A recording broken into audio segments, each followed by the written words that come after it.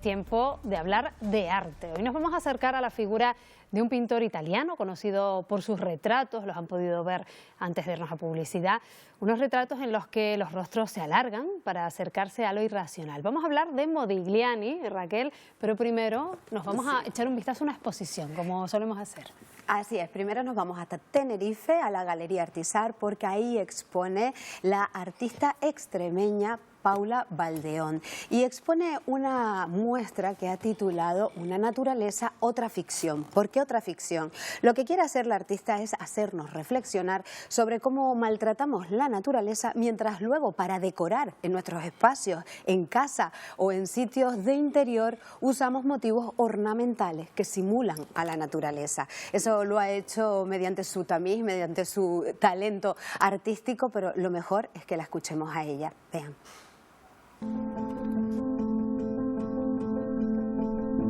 En Una flora, otra ficción nos vamos a encontrar una serie de pinturas y una instalación cerámica que habla de la corteza ornamental cerámica que cubre los espacios donde vivimos y por los que transitamos, ¿no? De lo que trata mi obra es también de hablar sobre la ficción de lo vegetal en los temas decorativos, ¿no? De cómo al final el ser humano hemos arramplado con cierta naturaleza para construir un territorio, unas propiedades con las que luego vamos a decorar con elementos siempre artificiales, decorativos. He utilizado la idea de la trama, la idea de la cuadrícula, del píxel, para hacer de esos motivos algo más geométrico, ¿no? más cuadriculado. Justo en esta exposición también he querido mostrar la parte de atrás de los lienzos, lo que no se suele ver, ¿no?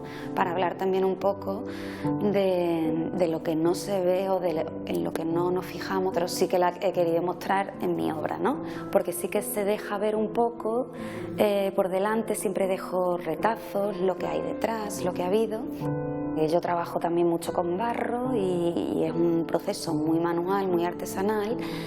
Y cuando empecé a trabajar los cuadros no encontraba el pincel que me gustaba, me parecía como...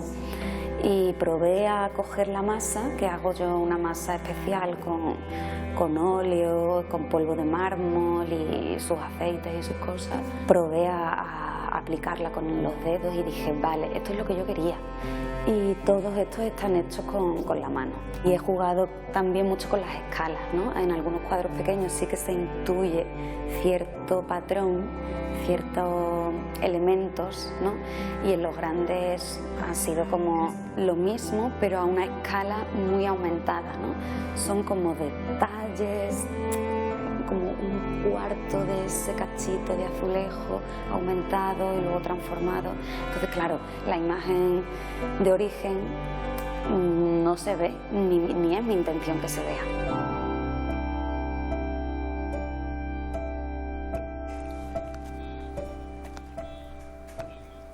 Pues ya lo saben, en Tenerife, en la Galería Artisar, Paula Baldeón, que nos propone esa reflexión de la naturaleza. Y ahora, Marta, como bien decías al principio, se cumplen 140 años del nacimiento de Amedeo Modigliani, que aquí lo tenemos en pantalla. Es verdad que es lo más característico, por lo que siempre le recordamos, es por sus retratos, como los que estamos viendo, en que no ponía las pupilas, muchas veces no marcaba los ojos, sino con color, y también esos cuellos alargados, ¿verdad? Y esas poses que son tan características. Bueno, la historia de Amedeo Modigliani es muy triste, es el típico artista maldito. Y vamos a hablar un poco por qué lo conocemos por eso, por qué hay mucho más detrás. Él nace en Italia y nace en 1884, que por eso se cumplen los 140 años, y tuvo una enseñanza en el Renacimiento. Mira esto, por ejemplo, vemos aquí que ya la pose es muy parecida, también en Botticelli, lo que estamos viendo al otro lado es la representación de la primavera de la obra, y vemos que ya él se está fijando porque va a tener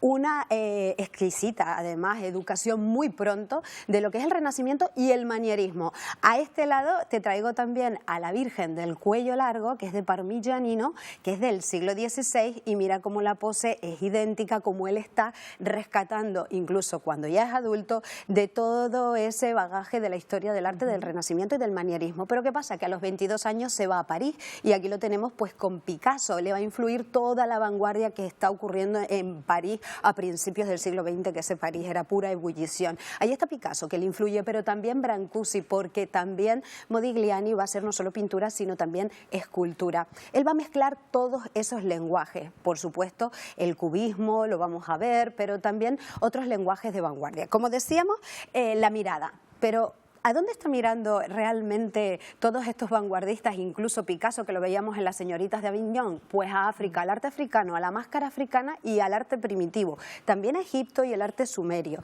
Como vemos, esas caras de aquellas Venus del Renacimiento en postura y incluso la de hadas en la cabeza, las va a superponer con estas máscaras africanas, que veíamos que eran como unos rasgos muy definidos y muy pocos, muy escasos. La nariz una línea, los ojos, las bocas pequeñas. Esto lo va a hacer en esta escultura, por ejemplo, y también en pintura.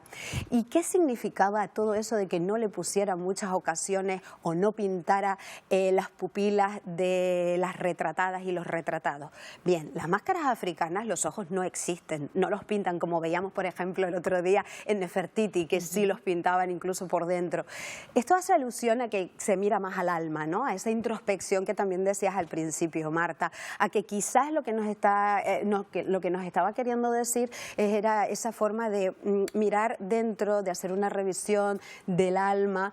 O quizás lo que quería decir Modigliani era que el ojo en sí mismo o las personas quitándole la fuerza de la mirada le daba incluso más fuerza, porque como vemos los fondos casi no los decora. Él no hace muchos paisajes, hace muy pocos. Los fondos no los decora y sin embargo la línea del dibujo, como ya veíamos también en Manet, la deja definida, la línea, el contorno, el negro, ¿no? Para que se vea ese aboceteado del dibujo.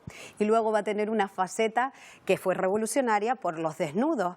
Estos desnudos, además, en su momento ya fueron un poco criticados porque enseñaban el vello púbico. Y entonces y también el de las axilas, eran bastante criticados. Incluso hay leyendas de que se descolgaban directamente cuando fueron a las exposiciones porque la burguesía... Otros dicen que no fueron descolgados, pero es verdad que yo te decía al principio que él era el artista maldito porque estuvo enfermo desde muy pequeño, no era muy bohemio, no tenía buenos hábitos, era alcohólico. Y resulta que murió muy joven, aquí está su lápida, a los 35 años, por una tuberculosis. Pero la cosa es que él regalaba muchos dibujos, rompía mucha obra. Y era una pena porque justo unos días antes de que falleciera, a los 35 años... No había cumplido los 40. Exacto. Pues una galería expuso sus obras y las vendió. A partir de ahí su fama iba a ser descomunal, pero él falleció un día o 2 días más tarde. Sin verlo casi, ¿no? Sin verlo. Hoy en día, por ejemplo, el desnudo que te enseñaba alcanza los 125 millones de euros en subasta. Entonces el artista maldito, y en la lápida lo que pone es que la fama lo alcanzó cuando le llegó la muerte. Vaya. Por eso las efemérides son siempre tan importantes y son una excusa buenísima para hablar de arte y de historia del arte, de nacimientos y muertes que se cumplen en este 2024. Y a eso vamos a dedicar el Canarias Escultura de esta semana. Este domingo vamos a hablar de esos personajes de la historia. Por ejemplo, se cumplen 10 años de la muerte de Gabriel García Márquez, pero 125, por ejemplo, del nacimiento de Borges, el gran literato. O, por ejemplo, Mafalda. La primera tira de Mafalda salió en 1964. Hoy en día lo vemos ya como un clásico, ¿no?, de las tiras cómicas. O, por ejemplo, también hace 40 años que falleció Cortázar.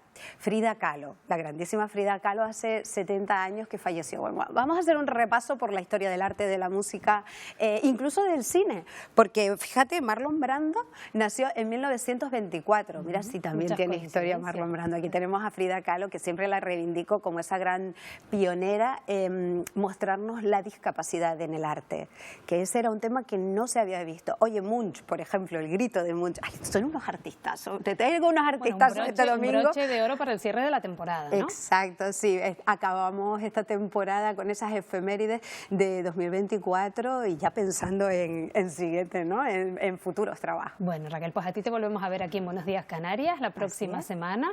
Y esa cita, recuérdanos, este domingo a partir de las 10 de la mañana. Con Canarias Escultura. Gracias. A ti.